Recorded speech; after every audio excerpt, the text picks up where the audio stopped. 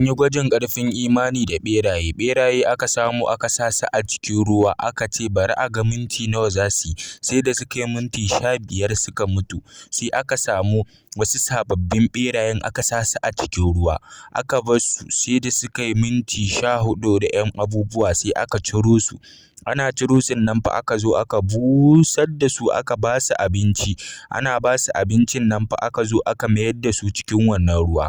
To kaga suna imanin da za a zo fa a taimake su fa. To aƙalla za su yi minti 15 sai da suka yi awa 60 a cikin wannan ruwa.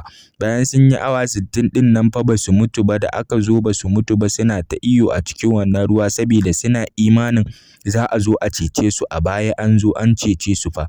Haka wa'innan na bayan kun ga ba su da imanin za a zo a cece su. Minti 15 suka yi suka mutu. To kaga wa'innan suna da imanin za a zo a cece su fa. To haka suka yi awa 60 fa, kun ga awa 60 ai da yawa. To haka za ku yi fa. To ku dinga yin imani da Allah ma saboda imani ƙarfaffen abu ne fa. To wannan shine, Allah ya sa mu dace, amin summa amin.